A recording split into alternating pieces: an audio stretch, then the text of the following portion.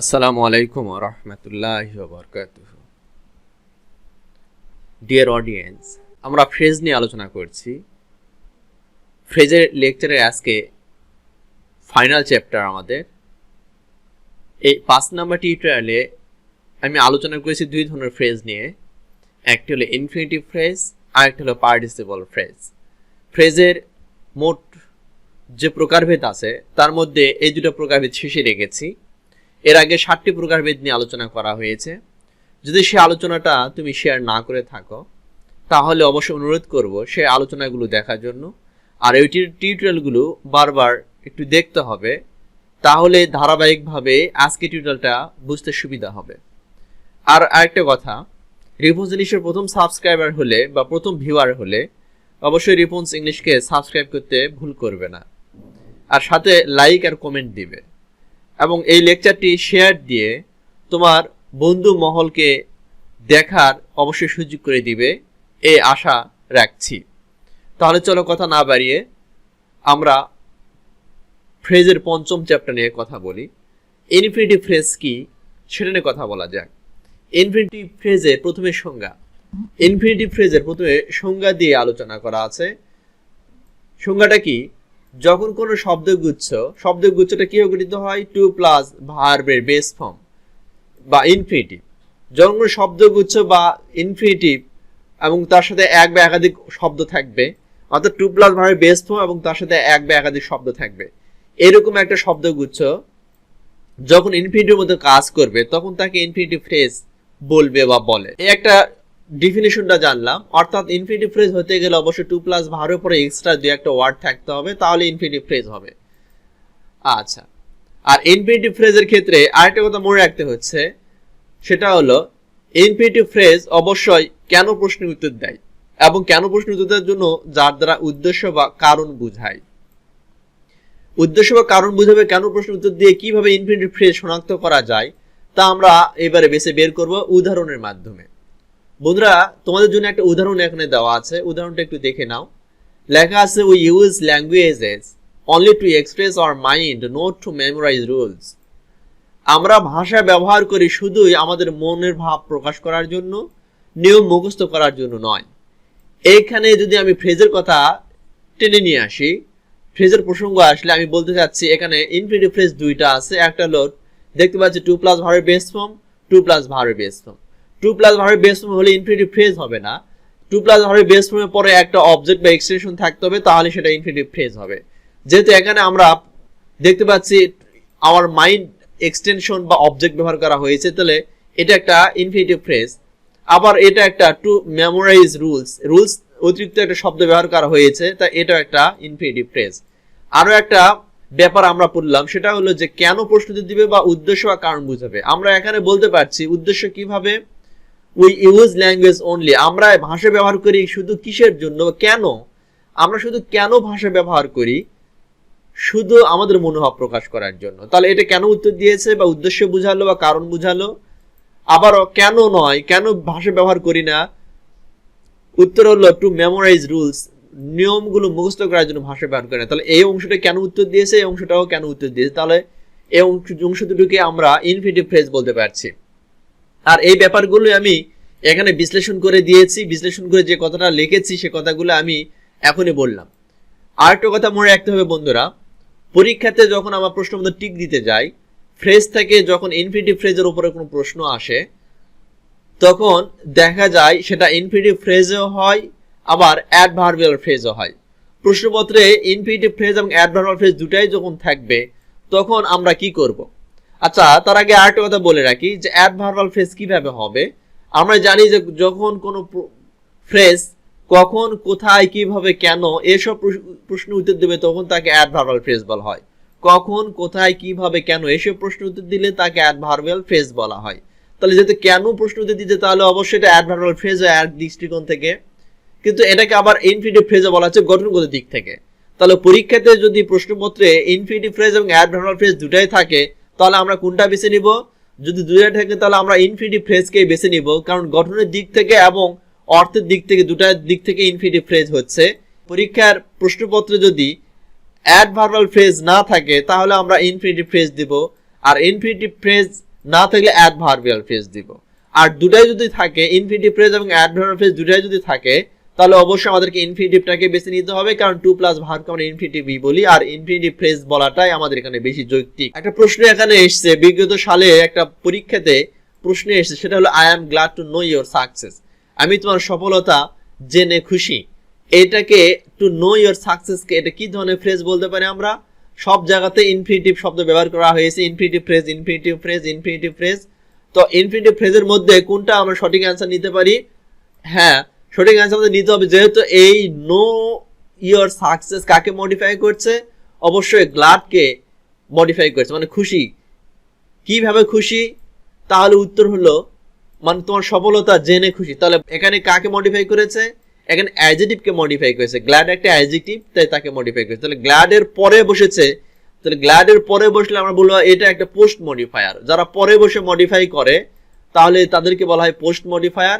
তাহলে এটা অ্যাডজেক্টিভের post modify হিসেবে কাজ করছে, এটা ইনফিনিটিভ ফ্রেজ তো বটেই, এবং অ্যাডজেক্টিভের পোস্ট মডিফাই হিসেবে কাজ করে। তাহলে infinitive phrase as post modifier of an adjective, তাহলে এটা হবে সঠিক অ্যান্সার, এবং অ্যান্সার এখানে বি দেওয়া আছে, এটা সঠিক অ্যান্সার।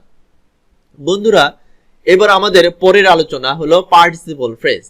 পার্টিসিপল ফ্রেজ নিয়ে একটু কথা বলা যায়। পার্টিসিপল ফ্রেজ এর ডিফিনিশন বা সংজ্ঞাটা কি হতে পারে?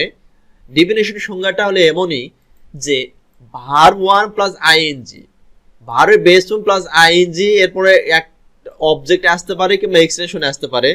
ভার্বের আইএনজি প্লাস অবজেক্ট বা এক্সটেনশন যখন কোনো নাউনকে মডিফাই করে তখন তাকে পার্টিসিপল ফ্রেজ বলা হয়।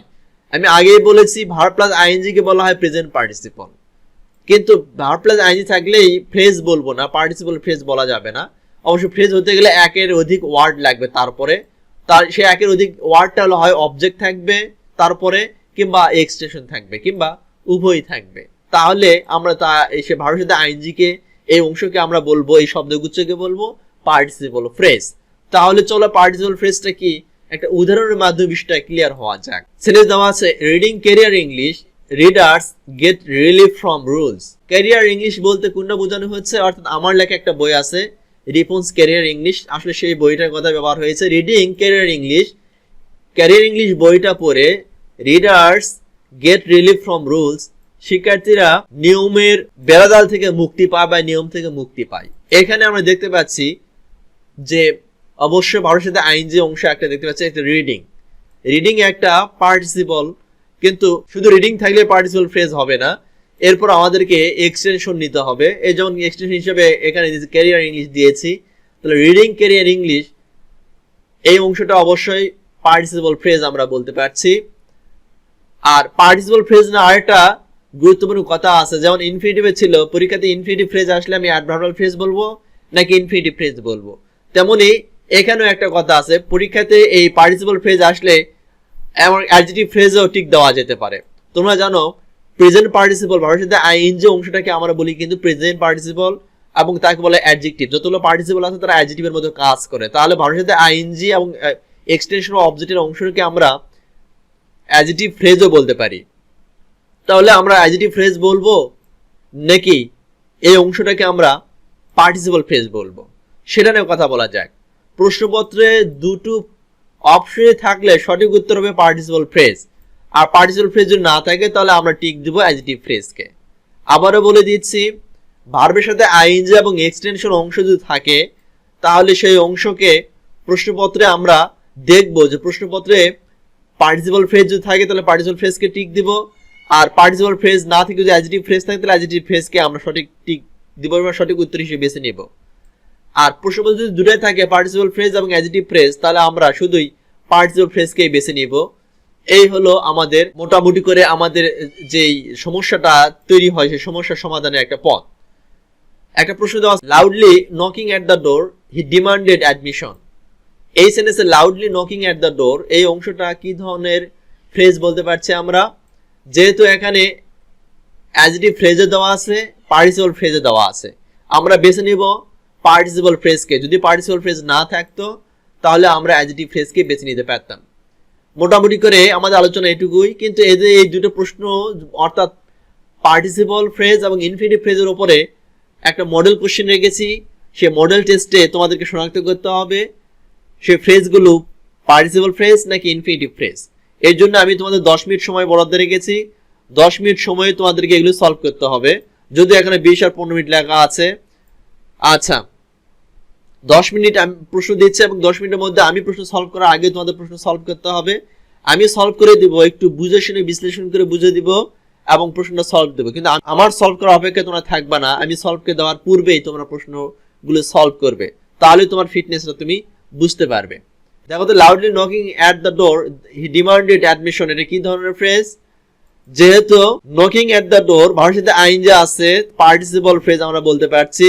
পার্টিসিপল ফ্রেজ যদি না থাকতো তাহলে আমরা অ্যাডজেক্টিভ ফ্রেজ নিতাম, তাহলে অবশ্যই অ্যান্সার সি, পার্টিসিপল ফ্রেজ।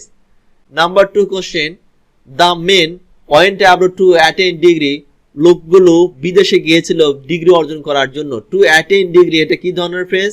যদি ইনফিনিটিভ ব্যবহার করা হয়েছে এবং তারপরে এক্সটেনশন নেওয়া হয়েছে, তাহলে ইনফিনিটিভ ফ্রেজ বলতে পারি আমরা। ইনফিনিটিভ ফ্রেজ হলে সঠিক অ্যান্সার হচ্ছে এ নাম্বারটা, infinitive phrase. Wearing mask we can get safer, mask পরে আমরা আরো বেশি নিরাপদ থাকতে পারি এই করোনা থেকে। তাহলে আমরা এই ওয়ারিং মাস্ক কি ধরনের ফ্রেজ বলতে পারি? যেহেতু ভার্বের সাথে আইএনজি আছে, পার্টিসিপল, তারপরে মাস্ক থাকার জন্য পার্টিসিপল ফ্রেজ হয়েছে, তাহলে পার্টিসিপল ফ্রেজকে টিক দিতে পারছি। সঠিক অ্যান্সার হলো C, participle phrase. Closing the doors and windows I went out, দরজা জানলা বন্ধ করে দিয়ে আমি বাইরে গিয়েছিলাম। Closing the doors and windows কি ধরনের ফ্রেজ হতে পারে? যেহেতু ভার্বের সাথে আইএনজি আছে, পার্টিসিপল, অবশ্যই পার্টিসিপল ফ্রেজকে আমরা টিক দিব বা সঠিক অ্যান্সার হিসেবে বেছে নিতে পারি। সঠিক অ্যান্সার হচ্ছে বন্ধুরা ডি নাম্বারটা, participle phrase. 5 number question, to keep fit your body you had better take regular physical exercise. To keep fit your body এই অংশটাকে কি ধরনের ফ্রেজ আমরা বলতে পারছি? টু প্লাস ভার্বের বেস ফর্ম প্লাস অবজেক্ট বা এক্সটেনশন যদি ব্যবহার করি, অবশ্যই আমরা তাকে ইনফিনিটিভ ফ্রেজ বলবো। সঠিক answer B, infinitive phrase. Question number 6, cruelly beating the dog the man killed it, নিষ্ঠুরভাবে প্রহার করে কুকুরটাকে লোকটা হত্যা করে ফেললো। এই বাক্যতে ক্রুয়েলি বিটিং দ্য ডগ এটা কি ধরনের ফ্রেজ? অবশ্যই যেহেতু দেখতে পাচ্ছি আমরা ভার্বের সাথে আইএনজি আছে, আর ভার্বের সাথে আইএনজি থাকলে আমরা কি বলবো? তাকে পার্টিসিপল বলবো। সুতরাং এটা পার্টিসিপল ফ্রেজের অন্তর্ভুক্ত হবে। পার্টিসিপল ফ্রেজ কত নম্বরে আছে? ডি নাম্বারে আছে participle phrase. Number 7, they got admitted at Ripon's English, Ripon's English coaching এ তারা ভর্তি হয়েছিল টু লার্ন ইংলিশ, ইংরেজি শেখার জন্য। এখানে টু লার্ন ইংলিশটা কি ধরনের ফ্রেজ আমরা বলতে পারছি? টু লার্ন ইংলিশ দ্বারা যেহেতু উদ্দেশ্য বুঝাচ্ছে এবং কারণ বুঝাচ্ছে এবং সেই সাথে টু প্লাস ভার্ব দ্বারা আমরা ইনফিনিটিভ বলি, সুতরাং আমরা ইনফিনিটিভ ফ্রেজে বেছে নিতে পারছি। সঠিক অ্যান্সারটা হলো এটা এ নাম্বার হবে না, এটা বি নাম্বার হবে, ইনফিনিটিভ ফ্রেজ। কেননা ইনফিনিটিভ ফ্রেজ এবং অ্যাডভার্বাল ফ্রেজ দুটাই থাকলে আমরা বলেছি ইনফিনিটিভ ফ্রেজটাকেই বেছে নিব। সঠিক অ্যান্সার হবে বি নাম্বারটা। Number 8, to take revenge the king got disgraced as general people. To take revenge প্রতিশোধ নেওয়ার জন্য। আসলে কেন রাজা ছদ্মবেশ ধারণ করেছিল সাধারণ মানুষের মতো? প্রতিশোধ নেওয়ার জন্য। টু টেক রিভেঞ্জ এবং সেটা কি ফ্রেজ বলছি? যাতে টু প্লাস ভার্বে বেস ফর্ম আছে, তাহলে ইনফিনিটিভ ফ্রেজ বলতে পারছি। ইনফিনিটিভ ফ্রেজ হলো সঠিক অ্যান্সার হচ্ছে এ নাম্বারটা। Number 9, I saw them talking something. Talking সামথিংটাকে কি ধরনের ফ্রেজ বলতে পারছি আমরা? যেহেতু ভার্বের সাথে আইএনজি আছে, তাহলে আমরা নিব পার্টিসিপল ফ্রেজ, কিন্তু অপশনের মধ্যে কোনো পার্টিসিপল ফ্রেজ নেই। পার্টিসিপল ফ্রেজ না থাকলে পার্টিসিপলের বিকল্প হিসেবে আমরা কি নিতে পারি বন্ধুরা? আমরা শিখেছি অপশনের মধ্যে যদি পার্টিসিপল ফ্রেজ না থাকে তাহলে অ্যাডজেক্টিভে কে আমরা টিক দিতে পারি, যেহেতু অ্যাডজেক্টিভও প্রতিটা পার্টিসিপল এক একটা অ্যাডজেক্টিভের মতো কাজ করে। তাহলে সেক্ষেত্রে আমরা অ্যাডজেক্টিভ ফ্রেজ হিসেবে এখানে গণ্য করতে পারছি। সঠিক অ্যান্সার হলো বি নাম্বারটা, adjective phrase. Only to speak the real incident the speaker stood in front of the audience. Only to speak the real incidents, এই অংশটা আমি কোন ধরনের ফ্রেজ বলতে পারছি? এই অংশটাকে অবশ্যই যেহেতু টু প্লাস ভার্বের বেস ফর্ম আছে এবং উদ্দেশ্য বোঝাচ্ছে, সঠিক ঘটনা খুলে বলার জন্য বা বলার জন্যই স্পিকার সবার সামনে বা অডিয়েন্সদের সামনে দাঁড়িয়েছিল। তাহলে এই to speak the real incident এটা কি ধরনের ফ্রেজ বলতে পারছি? অবশ্যই ইনফিনিটিভ ফ্রেজ বলবো। আর ইনফিনিটিভ ফ্রেজ যেহেতু এখানে নেই, আর সেক্ষেত্রে বলেছি ইনফিনিটিভ ফ্রেজ যদি না থাকে টু প্লাস ভার্ব দ্বারা আমরা অ্যাডভার্বাল ফ্রেজ বেছে নিতে পারি। অ্যাডভার্বাল ফ্রেজ অবশ্যই অপশন আছে, সঠিক অ্যান্সার সি। বন্ধুরা আজকের টিউটোরিয়ালটা এটুকুই ছিল ইনফিনিটিভ আর পার্টিসিপল ফ্রেজ নিয়ে। প্রেজেন্ট পার্টিসিপলটা মূলত পার্টিসিপল ফ্রেজের কাজ করছে, আবার ইনফিনিটিভটা টু প্লাস ভার্বের বেস ফর্মে কাজ করছে, এবং এদের পরে একাধিক ওয়ার্ড যখন থাকবে তখন তাদেরকে আমরা পার্টিসিপল ফ্রেজ বা ইনফিনিটিভ ফ্রেজ বলবো। কিন্তু এর মধ্যে আমাদের ভেজাল বা প্যাচ লাগে কোথায়? প্যাচটা লাগে এক জায়গাতেই, সেটা হলো ইনফিনিটিভ ফ্রেজ কখনো অ্যাডভার্বাল ফ্রেজ হয়, কখনো ইনফিনিটিভ ফ্রেজ হয়। যখন অপশনে দেখবো টু প্লাস ভার্বের পর এক্সটেনশন আছে তখন আমরা ইনফিনিটিভ ফ্রেজ হিসেবে টিক দিব, আর ইনফিনিটিভ ফ্রেজ অপশনে না থাকলে আমরা অ্যাডভার্বাল ফ্রেজ নিব। তেমনি ভার্বের সাথে আইএনজি প্লাস এক্সটেনশন থাকলে আমরা সেটাকে পার্টিসিপল ফ্রেজ হিসেবে টিক দিব, আবার না থাকলে সেটাকে আমরা অ্যাডজেক্টিভ ফ্রেজ হিসেবে বেছে নিব। এবং পার্টিসিপল ফ্রেজ এবং অ্যাডজেক্টিভ ফ্রেজ দুটোই থাকলে আমরা পার্টিসিপল ফ্রেজকেই সঠিক অ্যান্সার হিসেবে ধরে নিব। এটাই ছিল আজকে টিউটোরিয়ালের মূল মন্ত্র। বন্ধুরা আজকে টিউটোরিয়াল এটুকুই। আগামী টিউটোরিয়াল অপেক্ষায় থাকো এবং রিপন্স ইংলিশে চোখ রাখো। সে পর্যন্ত সবার সর্বাঙ্গীন সুস্থতা কামনা করছি। আসসালামু আলাইকুম ওয়া রাহমাতুল্লাহি ওয়া বারাকাতুহু।